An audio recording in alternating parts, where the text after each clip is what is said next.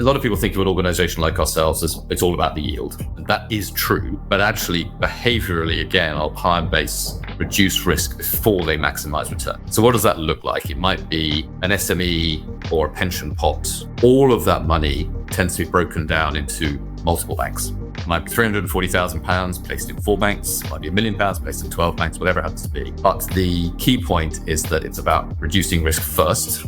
The rest is just maths. We produce the highest yielding portfolio for the cash based on the liquidity and the risk parameters set by the client.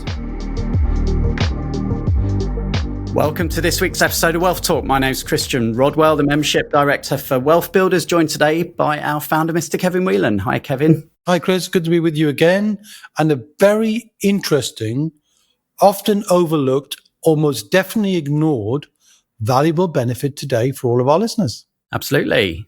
Cash is king, some would say, but today it's all about cash. And we have Giles Hutson, Executive Chairman of Insignis Cash, as our guest today. For anyone who doesn't know Insignis, they're a multi-bank solution. They give access to the best saving rates in the UK for individuals, businesses, or even money that's in your pension, cash. And you can open and manage multiple savings accounts from over 45 banks and building societies all in one place. So very, very easy and efficient. Yeah, and you need that, you need that efficiency. I use Insignis in my own SaaS, and I know lots of business owners who use them to manage their business bank accounts, because often business owners will have money in cash because, business costs money to run. So you need a buffer. So getting the most out of any cash that's not immediately needed is a very powerful thing to do, because every penny you can earn is money that reduces your overall costs and improves your bottom line.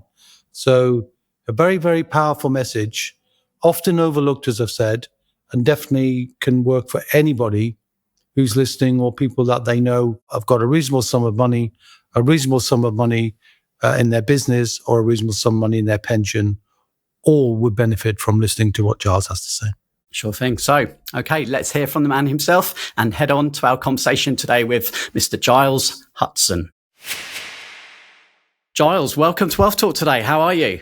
I'm very well. Thank you very much for having me, Christian. Good to have you here. Now, Giles, you are the co-founder of Insignis Cash, and we're going to find out more about Insignis in just a moment. But there's so many areas that I'm looking forward to diving into today, talking about cash inside of pensions as well, interest rates, maybe some predictions, and the impact of the Trump tariffs, see what your views are on that as well. So let's start with telling us a bit more about exactly what Insignis Cash does as a business.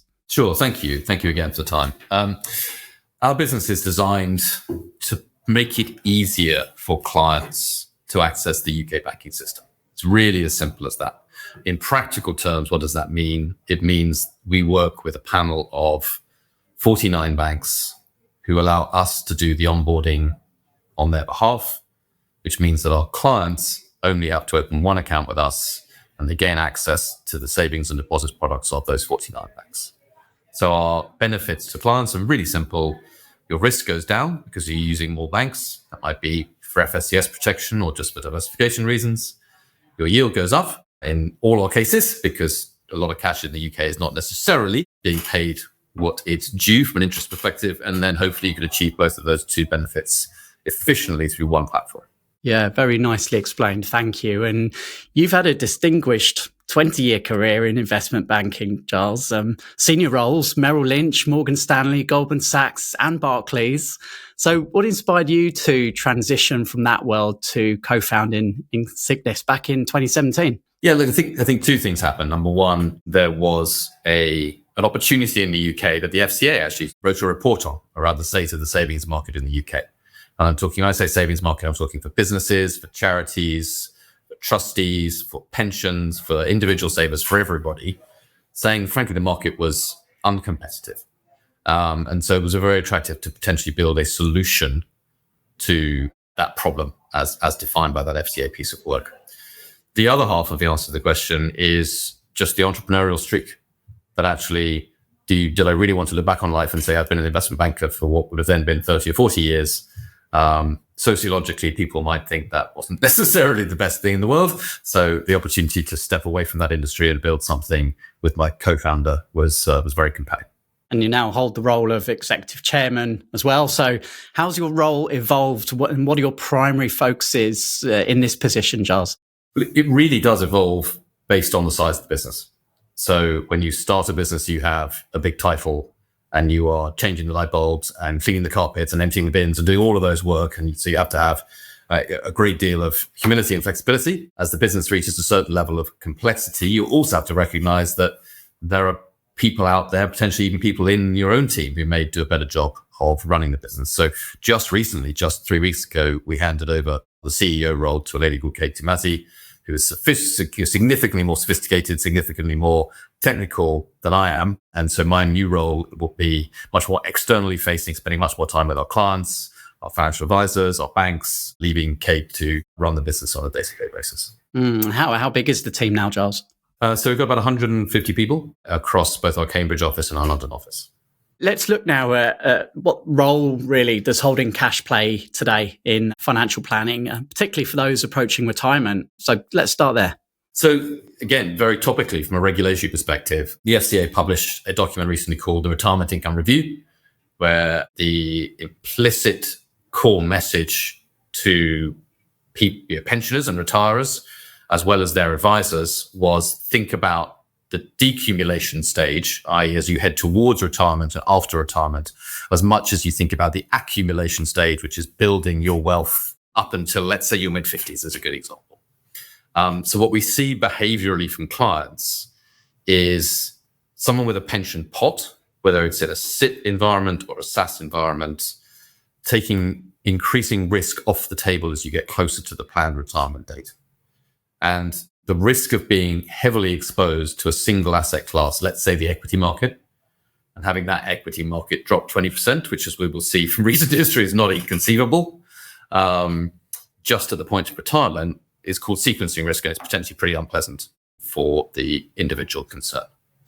So we see people taking chips off the table, usually putting 2 to 3 years of living expenses into a cash environment, which enables them to then stay invested, whether it's equities or commercial property or whatever it happens to be, in the other asset with the majority of their pension. But if there was a crash or a difficult moment, they're not forced sellers because they've got that 3 years of living expenses in cash. So that's what we're seeing as a result of the Retirement Income Review, behaviorally, both from the clients and their financial advisors. So how does Insignis work for optimizing? I mean, I guess there's two sides, right? You've got the optimization of the returns. You've got the managing of the risk. Tell us a little bit more about each of those. So a lot of people think of an organization like ourselves as it's all about the yield. It's getting a better yield on your cash. And that is true. But actually, behaviorally, again, our client base reduce risk before they maximize return. So what does that look like? It might be an SME or a pension pot with a certain amount of money in it. All of that money tends to be broken down into multiple banks. So it might be an £85,000 chunks in line with the FSCS protection eligibility. It might be £340,000 placed in 4 banks. It might be £1 million placed in 12 banks, whatever it happens to be. But the key point is that it's about reducing risk first. And then once we understand the client's risk parameters, i.e. how much they want in each bank, and the liquidity parameters, i.e. how much they want on easy access versus 1 year, etc. The rest is just maths. We produce the highest yielding portfolio for the cash based on the liquidity and the risk parameters set by the client. So it's relatively simple in that respect, but the key thing is we are a multi-bank solution because actually in this country, it is quite painful managing large numbers of bank accounts. It's moderately painful as an individual. It's extremely painful as an institution. And if you move into specialty client types like pensions and powers of attorney, court of protection, things like that, it becomes difficult, bordering on impossible. And we've been working together for a while, Giles, and our members will know obviously what a great platform and great service you provide. But just explain a little bit about, for someone new who was looking to work with you and, what does that look like? How do they onboard? How simple is the process? Sure. So the first stage in the journey is usually to request an illustration. So this is, if you use the service, this is what the outcome would look like. It's an example. It's not a hard-coded response, but it provides you with an example portfolio of how your cash could be spread and the kind of interest income you could receive as a result. So it gives you a bit of a before and after. You're currently sitting in one bank earning X. you move into 4, 5, 6 banks earning X plus 2, 3, 4%. That if you like the illustration as a client, you then move to onboarding and opening an account. Once the account is opened, then again, as I said earlier in this conversation, you have access to all of the banks in perpetuity. So a lot of people who think about it from a corporate perspective, it's almost like an outsourced treasury function. You get to have loads of banks without the hassle of opening all the accounts, closing all the accounts, tracking the rates, and dare I say, getting the cross-sell from all the respective banks if you were dealing with them directly. And in terms of any minimum requirements for someone to join, what would they be? Sure. So we set a minimum of £50,000. That's because once you're below that 85, really you can open one bank account. So we see the benefits of our service as providing multiple banks and therefore reducing the hassle and friction of that. So we set a minimum of £50,000 because below that we feel, should a client really be paying a fee to us for something that they could do themselves with a single bank? Other than kind of distributing across multiple accounts, is there any other tips for navigating the risk of another potential bank collapse in the future? Yeah, I think there's two things. One, obviously, if you think about Silicon Valley Bank, for example, a lot of companies in the US had all their eggs in one bank. And that's not just about the solvency of the institution, whether it ceases to exist, whether you get your money back, but there's also about access to money. So not only should clients be in multiple banks to avoid solvency risk, they should also be in multiple banks to make sure if there's a tech issue, many of our big banks have tech issues on a pretty regular basis, that you can still pay your employees, pay your parents' care home fees, buy the property that you wanted to buy, et cetera, et cetera. So it's really about bank solvency, but it's also about access to your funds when you really need them. You've mentioned already pensions, SIPs. Many of our listeners will also be aware of the SAS pension, will be SAS trustees. Are there any key differences with regard to holding cash inside of a SAS pension? There's some differences around the FSCS protection calculations, which are quite important. So the calculations are quite specific to the beneficial ownership percentages of the members of the SAS. So we have a model here that calculates that for our clients, but it's not just everybody who's a part of that SAS gets the £85,000. It's a little more mathematical than that. So clients definitely need to be aware of that. We do see a lot of usage of our service for cash within a SAS.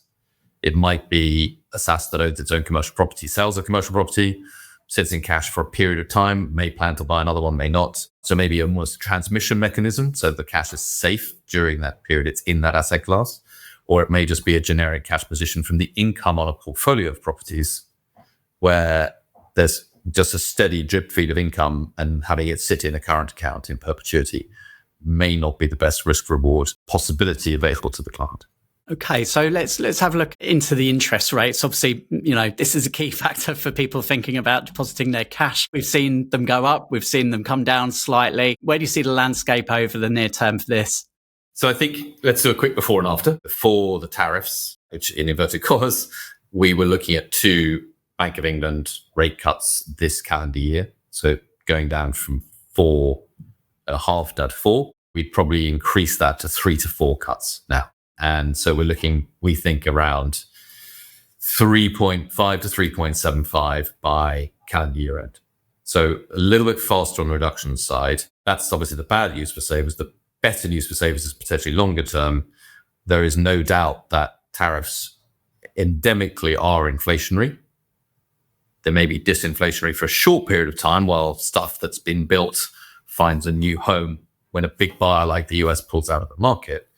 But in the longer term, they are inflationary, and inflation is going to stay stickier and higher for longer than what we call the terminal rate, i.e. where we think rates will settle down on a long-term basis, will be higher, which we think again will be about 3 to 3.5% on a longer term basis. So if your base rates are 3 to 3.5 and your 90-day notice or 1 year accounts are sitting at around 4, potentially 4.5 for the 2 to 3 year accounts, we still find that exciting from our perspective in terms of attractive proposition for clients.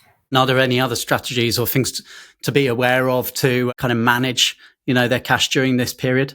So I think easy access is probably a good 2-word answer to that. If your clients are between asset classes, if they are not currently confident about entering the equity market, for example, but would look to do so long term, then one would keep the cash in easy access.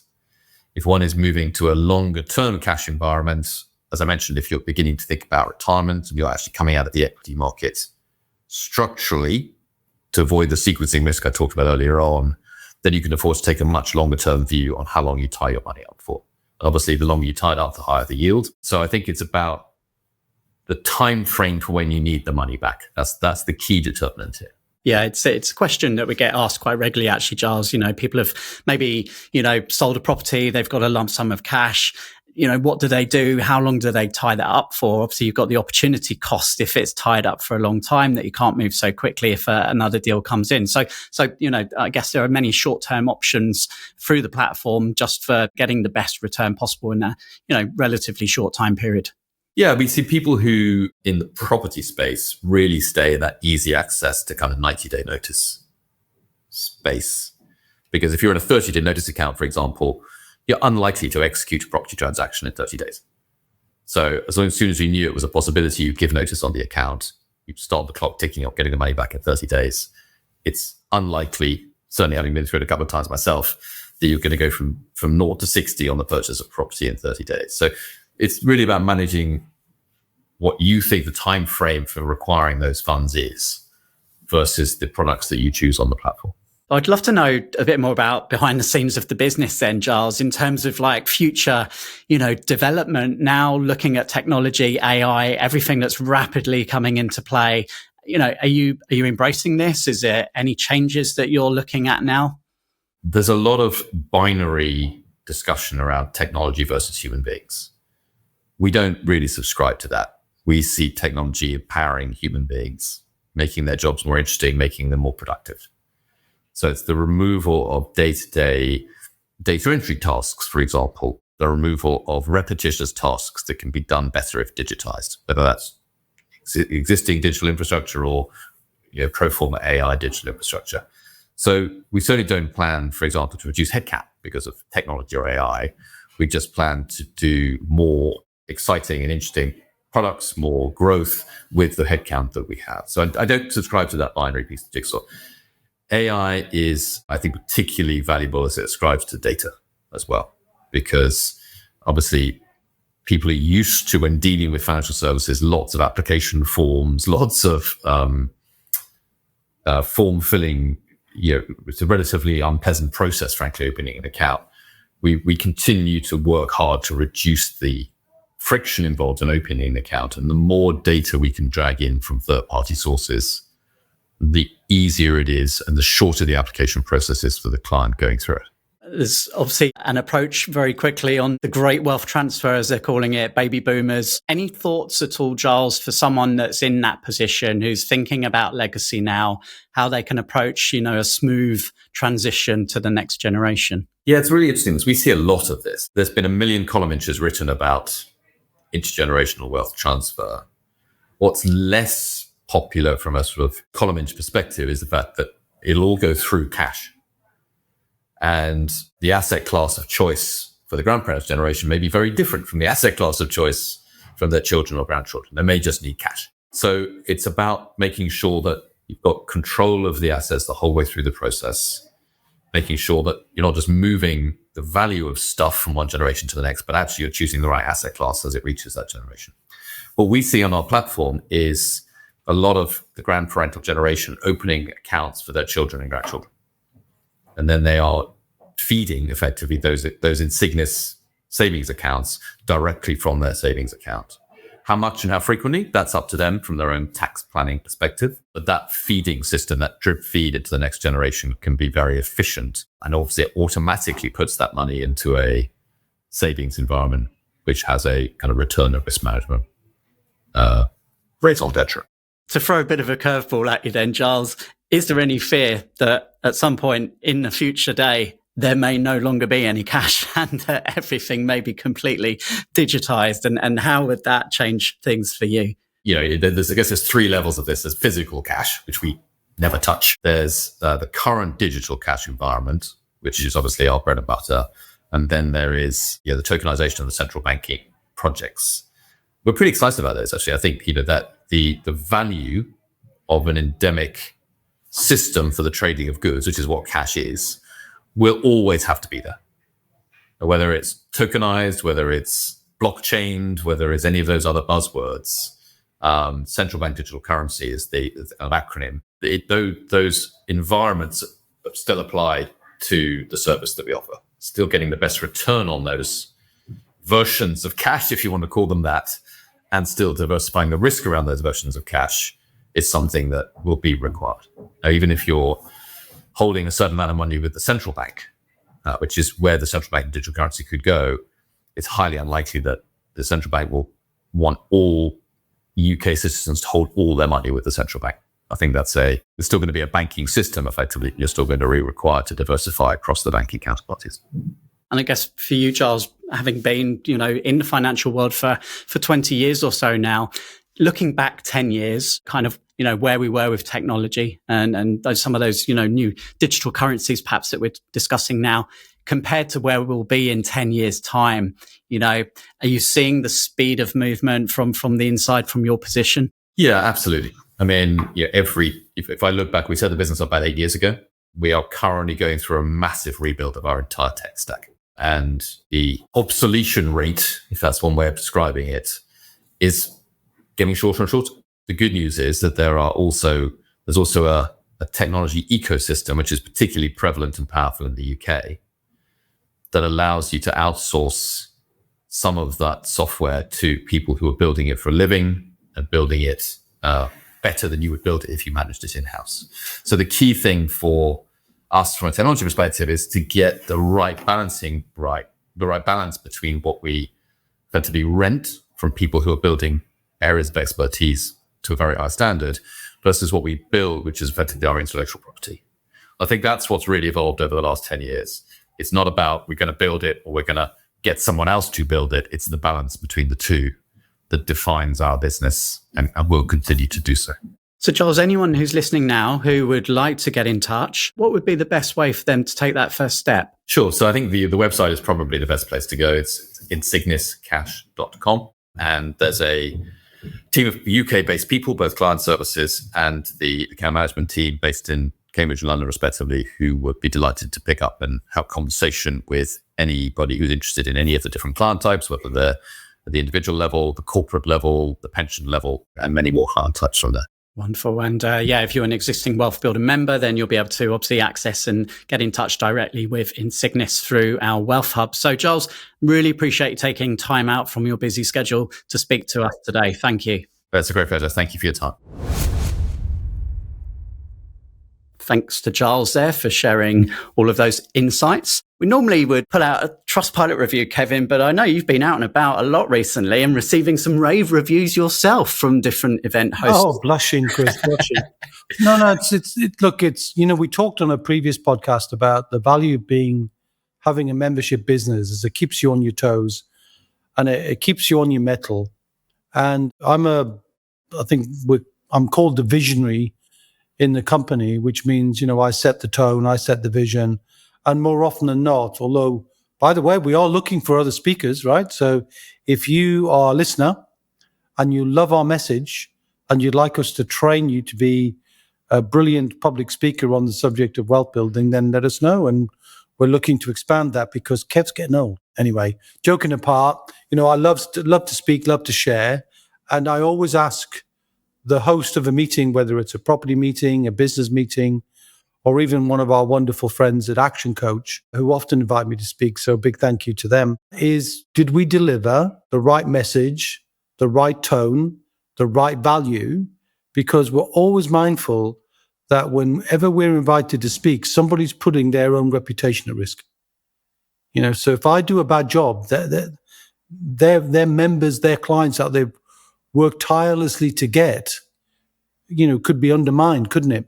If I do a terrible job or I try and sell from a platform, which I'd never do. And it just reminded me that we've had 3 or 4 different pieces of feedback just because I've been out and about wanting to compile those and asking one of our team members to compile them and then reading them back. It's just, great to hear that people feel that their clients' minds are opened, they're transformed in some of their thinking, often sometimes a bit sort of mind-boggling, or, mind bending, I guess, because, some concepts are quite tricky for the business owners when we get into a little bit more detail, but always a combination of informative and a little smattering of entertainment, as I need to enjoy myself too. So, we can post those, but, some great ones from Julia just recently, just saying how much she enjoyed hosting me at her meeting in Crawley, which is not too far from where I live. So great to meet with Julia.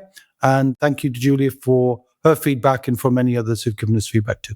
So, familiar story actually that Giles shared with us of someone in the corporate life who thought, hang on, I could just carry on doing the same thing for the next 20 years as I have for the last 20, or I could take that kind of scary leap and start a business. And that's exactly what Giles has done. And 140 plus employees now. So things are going well, and congratulations to Giles for that. Moving from investment banking world. I mean, and of course you mentioned that, but don't you just love it when somebody spots a niche? We talk about that a lot in business, in Wealth Builders, don't we? For those who choose business as one of their primary pillars within which to build wealth. And we love to see outstanding businesses. We look for them, we seek them out, both as potential members to offer a benefit to our own members, but also as for people sharing wisdom, lessons that they've done. And this is a familiar story of grinding with consistency and tenacity to get to a solution that ultimately was very powerfully received. I just wish it was received by more people because, as I said at the beginning, Chris, it's relevant to a person, it's relevant to a company, it's relevant to people with pensions and SSAS in particular, for which we're well known for, and anybody could benefit from that. A low access point, convenient, no hassle. And you know how hard it is to open a bank account, goodness me. Using technology, easy to get the best rates because that's their role is sort of, and we've heard that, if you remember, we had a podcast recently with LMPG who talked about the contract pricing for, buying things that landlords need to develop or enhance properties. As similar here, it's the ability to be able to get more value with less work to make hard-earned money work a little bit harder than it would be by just languishing in a typical bank account, where, of course, most people probably realize, but they don't think about it and don't quantify it. If you leave your money in a common or garden bank account, earning nothing, it ain't earning nothing for them. The arbitrage or the extra benefit they gain is they pay you nothing and lend it out to 5, 6, or 7%. And in some cases, even if you're getting 0.1, if they're lending it out at 5%, they're getting, such a huge multiple of an ROI on your money, when Giles and his team were advocating you should get that return. Even if you don't necessarily need it, it's good to get it because it offsets costs or it just adds more to your bottom line. It just makes you feel like a business owner, you're more in control, or a person, you're more in control. And certainly as a SSAS trustee, which is what I am, sometimes we leave our cash, especially property investors, they leave their cash waiting for a great property opportunity. So rather than doing nothing, have it do something. And I think Giles mentioned, nobody does a property deal with 30 days notice. Normally it's a 90-day period. If you make an offer, even if you appoint the lawyer the same day, it's still 90 days. So having your money on some form of notice account and spreading it to avoid banking risk, all those sorts of things just make common sense, Chris, because, risk is inherent in everything we do. There isn't anything that doesn't involve risk. So managing risk is an important part of being a wealth builder. It's an important part of life. And I've got some distinct views on the management of risk from a wealth builder perspective that if you'd ask me a question or two, I might share. Oh, go on then. What are your views then, Kevin, on the different types of risk? Well, my first view is there's risk everywhere. I think it was Spinoza who said, no matter how thinly you slice anything, Chris, there's always two sides. And there is. There is no one absolutely right outcome for everybody in terms of the strategy or the tactic they use to do it. So stated differently, what I do when I'm meeting with Wealth Builder members and people I interact with is, if there's risk in everything, your job as the person taking the risk or assessing the risk is, first of all, to understand it.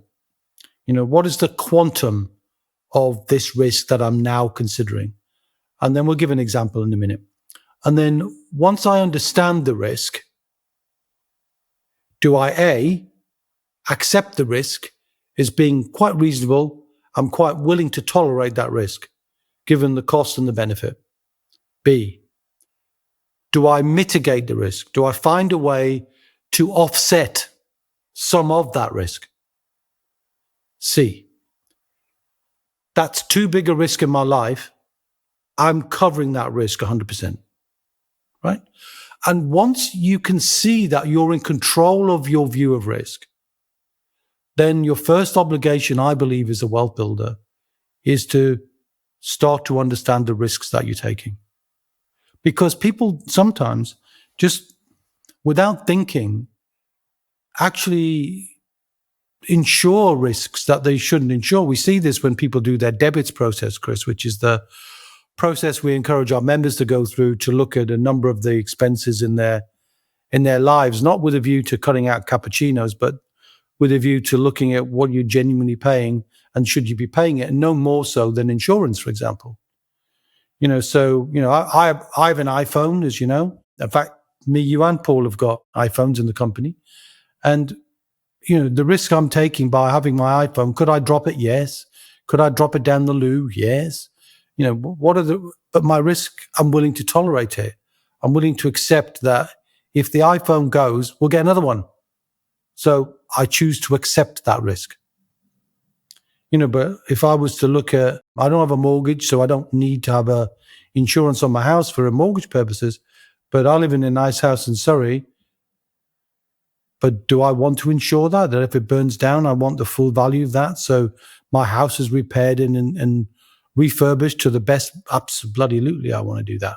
So I look at that and say, not willing to just cover it a bit, I want it fully covered.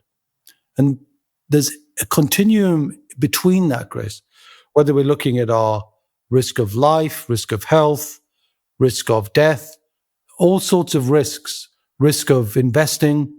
And I think Buffett said it best when he said risk is when you don't know what you are doing.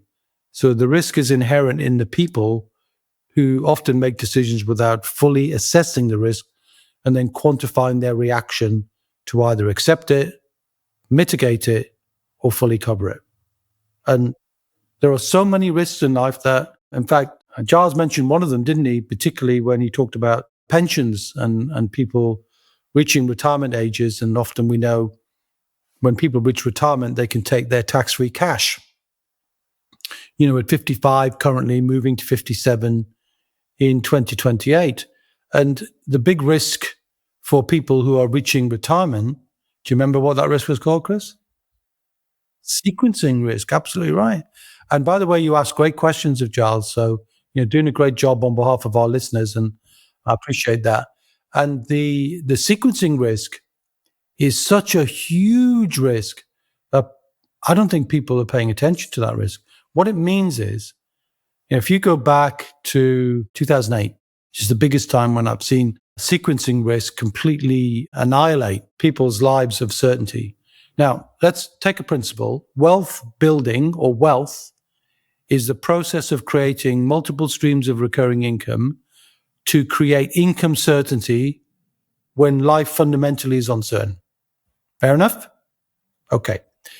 When you get to retirement, and if you put all your eggs in baskets, mostly in the stock market, in other words, you're placing bets on a value, not generating an income, all of a sudden then, on a day or a few days or a few months, you've now got to start making decisions about how you're going to convert the pot that you've got into some form of income. Now, that changed in 2015. For 10 years now, we've had pension freedoms. And my concern, big concern, is pension freedoms requires responsibility of understanding the risks. People don't. And what happened in 2008 is people just accumulated. They hoped their money would be okay. They saw their pot. Let's say somebody had a decent pot. say it was 400 grand, nice easy number, expecting to get 100 grand tax free, which then you would hope they'd do something with the cash, 300 grand left over. And then all of a sudden you get a sequence of stock market plus credit plus bond markets plus everything. Instead of working in different ways, they all fell at the same time. And then you lose 30%, 40% of your money. So say you lose 25%. You've either lost basically the equivalent of your tax-free cash, 100 grand in a heartbeat. And if you're in your 60s, how the hell do you recover from that? I'm very, very worried, Chris, about people getting into their late 50s and early 60s not understanding sequencing risk, longevity risk, the risk of living a long age. And then you've got to eke that money out for the rest of your life when you've lost a whole bunch. So I think there's this decumulation, this process of you spend your life accumulating money, then all of a sudden you stop accumulating because you're not putting money in, and you got maybe some growth coming in on the one side, but you've got three sorts of money going out on the other side, reducing your fund, fees and charges, which we talk a lot about. You've got the risk of losses, not just stock market wobbles, but sequencing risk. And well, goodness knows what Mr. Trump did, nothing to do with fundamental economics. It was all to do with politics and sentiment. And when politics and sentiment can rob you of 25% of your money, you're taking a risk you shouldn't be taking. You should be doing something about that. So that's my big concern, that people are taking those big risks without knowing how to deal with those risks. And of course, then they've got to take a third sum of money out, which is the money they want to live. And all the evidence is, Chris, that people who are retired with pension freedoms are drawing more money out than is sustainable. In other words, they're going to run out of money before they run out of life. And that has two fundamental consequences. One is a life of compromise, people feeling weaker when they should be feeling strong, and feeling uncertain when they should be feeling safe, and not leaving a legacy. Because, okay, inheritance tax is changing it, but not leaving the wisdom about how to build recurring income, and just trusting that the old processes of putting your money in somebody else's hands and hoping for the best is not a good strategy. I'm not going to go too much more into risk, because I'll get on my soapbox. But decumulation, longevity risk, sequencing risk, concentration risk, putting all your eggs in one basket, these are all worries for me. And of course, one of the big risks which we saw in the credit crunch was banking risk. We saw banks go bust. And that's one of the reasons why, most people are encouraged to keep 85,000 and no more with any one bank. But then it's difficult to keep track because banks get bought by banks, and then you don't know who's who. So that's the good job that Giles does and his team at Insignis, is to make sure that your money is safe from banking risk. All those other risks, by the way, are yours. You've got to deal with that and make that decision about understanding it and then deciding which of those three actions you want to take when you're assessing risk. And as we're coaches and we're wealth guides, we help people understand that risk if they're willing and open-minded enough to have a chat with us about it. So anyway, I'll jump off that one, Chris. Hopefully that was a decent answer. No, indeed it was. Yes. And talking about getting in touch, if you wanted to get in touch with Giles, contact Wealth Builders. Easy to get in touch with us. If you want to have a chat, anything that Kevin's just spoken about there, if it's concerns that have been on your mind, then book in a call. Let's have a chat. Let's see how we can help you. Easy to drop us an email, hello@wealthbuilders.co.uk. Head to wealthbuilders.co.uk website and you'll see a big button at the top of the screen saying book a call. Feel free to do that. Our team will be more than happy to have a chat. And it's free. We don't charge for initial calls. We're always happy to chat to people because we know that if we have a chat and we give good guidance, sometimes just a free resource, sometimes just a consider this. Sometimes it might lead to people working with us, and that's fine, Chris, but it's not our fundamental outcome. It's just to make sure that people understand what they're doing. Back to Mr. Buffett, risk is when you don't know what you are doing. So learn what you need to do, get a better education, including how to manage and maximize the value of the cash that's in your life. On that note, we'll say thank you for listening, that we hope you enjoyed today's episode. And as always, if you did, please hit the share button and send it to a friend. Kevin, we'll be back same time, same place next week. Well, assuming we accept the risks of that, Chris. And until then, see ya. We hope you enjoyed today's episode. Don't forget that we are constantly updating our resources inside the Wealth Builders membership site to help you create, build and protect your wealth. Head over to wealthbuilders.co.uk/membership right now for free access. That's wealthbuilders.co.uk/membership.